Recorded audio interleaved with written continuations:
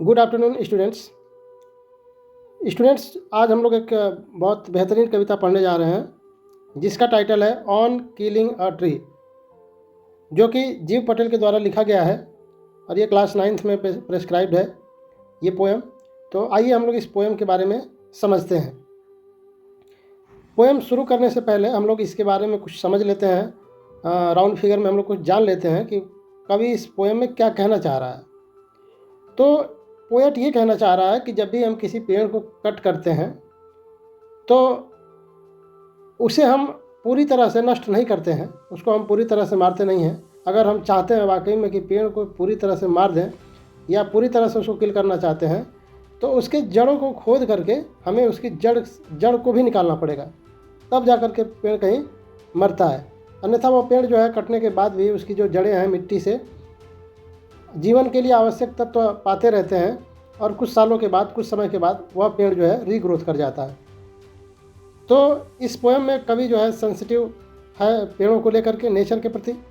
वो पहली बात तो ये है कि पोएट ये नहीं चाहता है कि पेड़ों की कटाई की जाए, पेड़ों को काट दिया जाए, नष्ट कर दिया जाए। और यदि करना भी चाहते हैं तो हमें जो है उनको ऊपर से काटने की ज़रूरत नहीं है, उन्हें हमें जड़ से निकाल देना चाहिए। हालांकि इस कविता का जो इनडायरेक्ट सेंस है, जो इंटरनल मीनिंग्स है, वो कुछ और भी कहती है। हम लोग जब लाइन बाय लाइन पोएम को पढ़ेंगे तो इस चीज़ को हम लोग समझेंगे कि पोएट डायरेक्टली क्या कहना चाहता है और इनडायरेक्टली क्या कहना चाह रहा है। तो आइए हम लोग इस कविता को समझते हैं और शुरू करते हैं हम लोग इस पोएम को। तो सबसे पहली स्टेंजा हमारी है, it take much time to kill a tree, not a simple job of the knife will do it। Poet यह कह रहा है कि जब हम कभी किसी पेड़ को काटते हैं या पेड़ को जब हम मारते हैं, किल करते हैं, तो ये इतना आसान काम नहीं है किल करना कि हम नाइफ से या छोटे हथियार से चाहें तो उसको किल कर दें। इतना वो आसान काम नहीं है। It has grown slowly consuming the earth, rising out of it, feeding upon its crust, absorbing years of sunlight, air, water, and out of its leprous hide sprouting leaves। यानी कि जब हम किसी हथियार से किसी पेड़ को कट करते हैं, ऊपर से कट करते हैं या नीचे से कट करते हैं, तो it's slowly consuming the earth. तो ये जो है कटा हुआ जो हिस्सा होता है पेड़ का, जो कि ज़मीन के अंदर रहता है, जो जड़ होती है, वो अपने जड़ से, ज़मीन के अंदर से, अर्थ के अंदर से वो उसको आवश्यक तत्व जो चाहिए ग्रो करने के लिए वो वहाँ से कंज्यूम करता रहता है। राइजिंग आउट, और धीरे धीरे जो है वो ग्रोथ करता है। फीडिंग अपॉन द क्रस्ट, यानी कि जो उसकी परत होती है, क्रस्ट मीन्स परत जो उसकी होती है, ऊपरी जो परत होती है, जो कटा हुआ हिस्सा होता है, वो जो है उसकी परत से उसको भोजन प्राप्त होता रहता है। उसकी जो ऊपरी हिस्सा है उसको जो है जो भोजन प्राप्त होता है वो जड़ से उसको प्राप्त होता रहता है। Absorbing air the sunlight, और वह सूर्य की किरणों को सालों साल उसको ऑब्जर्व करता रहता है, और एयर ऑब्जर्व करता है, वाटर करता है। And out of leprous hide sprouting lips, और लेप्रस मीन्स होता है आपका कोढ़ी लेना। धीरे धीरे जो है, जैसे पेड़ को आप कट कर दिए तो जो नीचे का कटा हुआ हिस्सा है वो ज़मीन के अंदर से जो उसे आवश्यक तत्व तो मिलने चाहिए उसको जीवित रहने के लिए, वो उसको मिलता रहता है। साथ ही साथ उसको सूर्य का प्रकाश, हवा, पानी, सब कुछ उसको मिलता रहता है। और धीरे धीरे जो है वो लेप्रस होता है, कोढ़ी लेता रहता है। एंड स्प्राउटिंग लिप्स, और धीरे धीरे वह जो है अंकुरित होता रहता है। उसकी जो पत्तियां होती हैं वो अंकुरित होती रहती हैं, नई नई पत्तियां आने लगती हैं। तो इस तरह से अगर हम किसी पेड़ को काटते हैं, अगर पेड़ को हम जड़ से ख़त्म करना चाह रहे हैं, तो हम सिर्फ उसको टुकड़े करके नहीं छोड़ सकते हैं। और अगर ऐसा हम करते हैं तो वह पेड़ का कटा हुआ हिस्सा वो जो है अपने ज़मीन के अंदर से उसको जो आवश्यक तत्व है वो प्राप्त करता रहता है। इनडायरेक्ट मीनिंग यहाँ पे पोएट क्या कहना चाह रहा है ये ज़्यादा समझना हमें ज़रूरी है। डायरेक्ट तो मीनिंग ये है कि हमें इंसान को नेचर के प्रति इतना क्रूएल नहीं होना चाहिए, हमें पेड़ों की कटाई नहीं करनी चाहिए, ठीक है।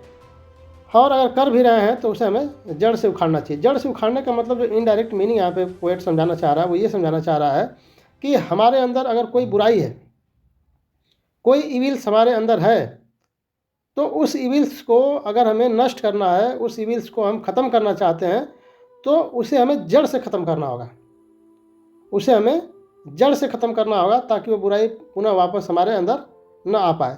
ठीक है, तो ये इनडायरेक्ट मीनिंग ये पोएट ये कहना चाह रहा है इसके माध्यम से। आइए नेक्स्ट स्टेंजा हम लोग पढ़ते हैं। So hack and chop but this alone won't do it. इसमें ये पोएट कह रहा है कि सो हैक एंड चॉप का मतलब होगा टुकड़े टुकड़ों में काट देना। But this alone won't do it, अगर हम पेड़ को टुकड़े टुकड़े में काट देते हैं तो यही पर्याप्त नहीं है कि पेड़ वो मर जाए, यानी कि हम टुकड़े टुकड़े में बस काट के छोड़ देते हैं तो ये पर्याप्त नहीं होता है पेड़ को जड़ से समाप्त करने के लिए। Not so much pain will do it, the bleeding bark will heal and from close to the ground will rise curled green twigs. या इसमें इस लाइन में ये पोएट ये कह रहा है कि और ऐसा हम करते हैं, पेड़ को अगर काट के छोड़ देते हैं तो पेड़ को केवल पेन ही नहीं होता है, केवल दर्द ही नहीं होता है। जैसे इंसान को अगर काटा जाए तो इंसान को काटने पे या नुकीला पदार्थ नुकीला कोई धारदार हथियार हो उससे कट करने से या चुभाने से जिस तरह से हमें कष्ट होगा और हमारे शरीर से ब्लड बाहर निकलेगा, ठीक उसी तरह से पेड़ों के भी जो है ब्लीडिंग होता है। जो पेड़ आप कट करते हैं तो देखते हैं उसमें वाटर जैसा तत्व बाहर निकलता है पेड़ से, तो वो उसका जो है पोएट उसको ब्लीड बता रहा है, ब्लड बता रहा है, उसको ब्लीडिंग बता रहा है कि वो पेड़ का क्या हो रहा है, ब्लीडिंग हो रहा है। तो यही कह रहा है कि पेड़ों को अगर हम टुकड़े टुकड़े में काटते हैं तो ये पर्याप्त नहीं होता है उसको जड़ से समाप्त करने के लिए, बल्कि पेड़ को काटते हैं तो उसे भी पेन होता है, उसे भी दर्द होता है और उसको भी ब्लीडिंग होता है, और विल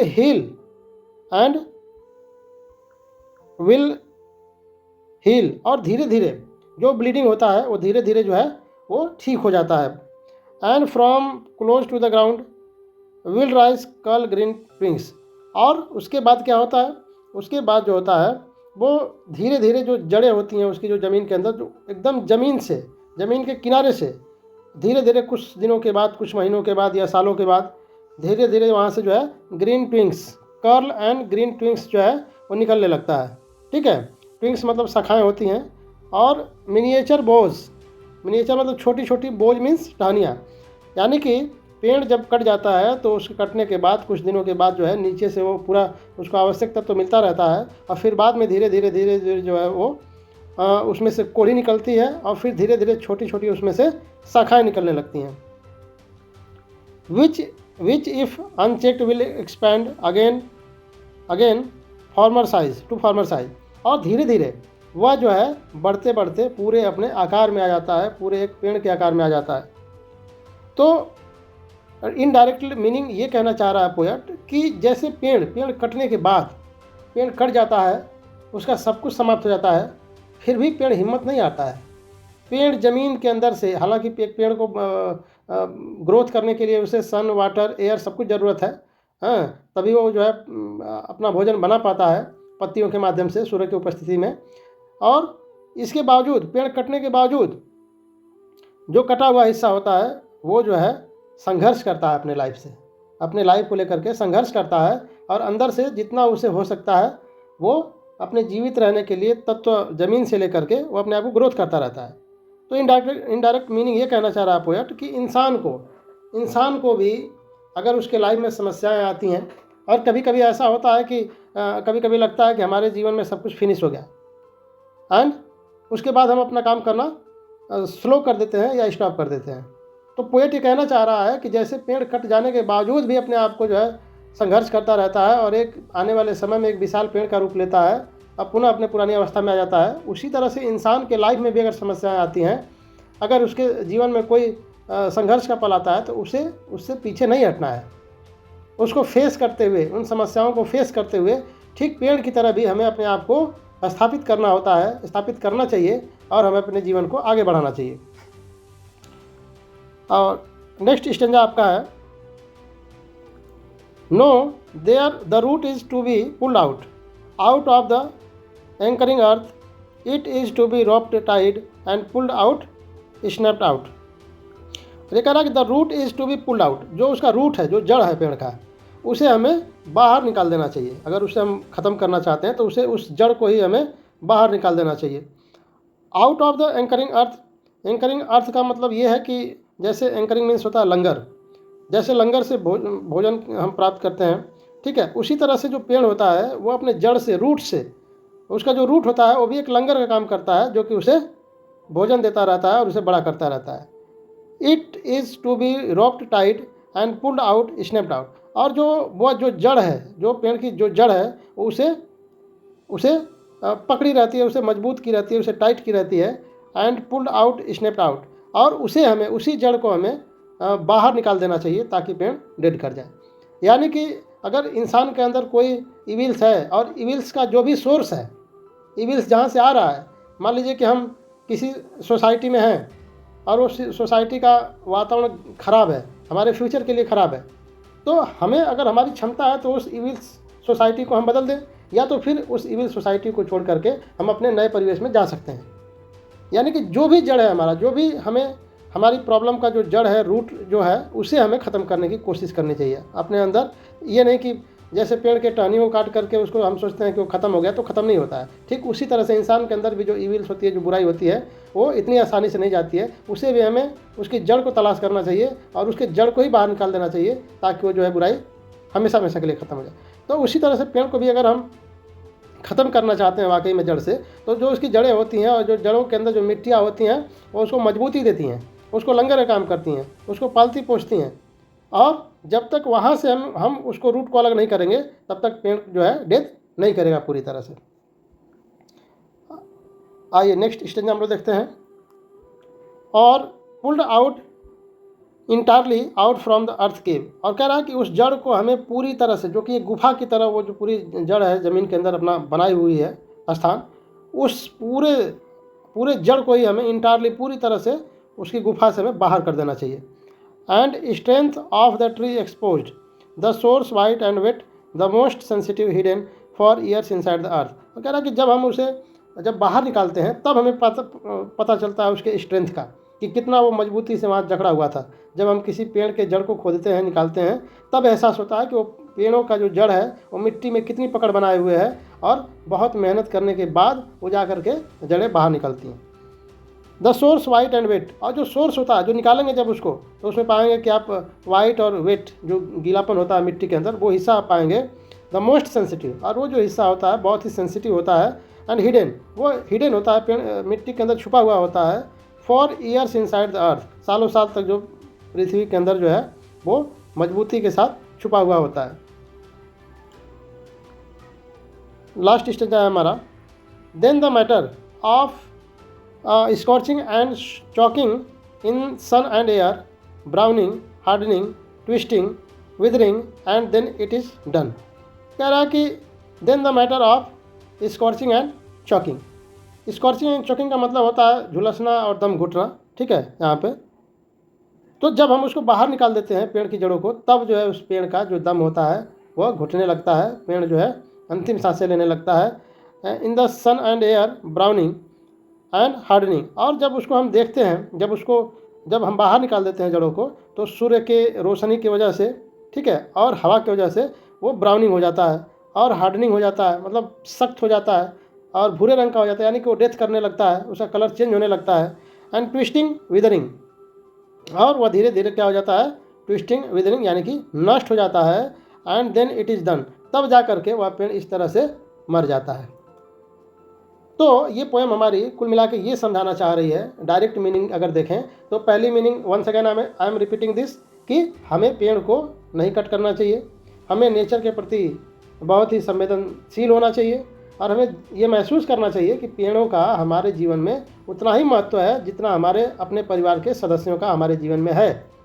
इतना महत्वपूर्ण जो है नेचर हमारे लिए है। नेचर के अभाव में अगर हम कल्पना करते हैं अपने जीवन का और सुखद जीवन का, तो ये असंभव है, ये कभी भी संभव नहीं हो सकता है। तो मानव प्राणी जैसे आधुनिकता बढ़ती जा रही है, वैसे वैसे हम इतना भौतिक होते जा रहे हैं कि अपने भौतिक इच्छाओं की पूर्ति के लिए, भौतिक आवश्यकताओं के लिए हम जंगलों की कटाई कर रहे हैं, हम पेड़ों की कटाई कर रहे हैं, हम उसको ज़रा सा भी ध्यान नहीं दे रहे हैं। लेकिन हमें पोएट ये मजबूर कर रहा है सोचने के लिए कि हमारे लाइफ में उसका कितना महत्वपूर्ण योगदान है। हम उसके बिना ज़रा सा भी कल्पना अपने भविष्य की नहीं कर सकते हैं।